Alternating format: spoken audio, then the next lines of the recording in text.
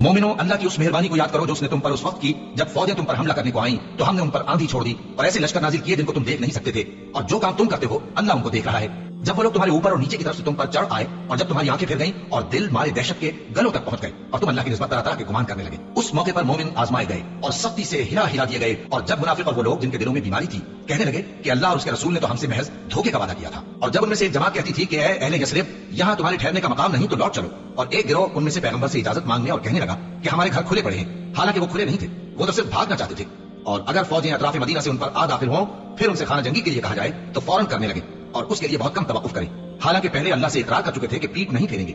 और अल्लाह से जो इकरार किया जाता है उसकी जरूर पुरसिश होगी। कह दो कि अगर तुम मरने या मारे जाने से भागते हो तो भागना तुमको फायदा नहीं देगा और उस सूरत में तुम बहुत ही कम फायदा उठाओगे। कह दो कि अगर अल्लाह तुम्हारे साथ बुराई का इरादा करे तो कौन तुमको उससे बचा सकता है, या अगर तुम पर मेहरबानी करना चाहे तो कौन उसको हटा सकता है।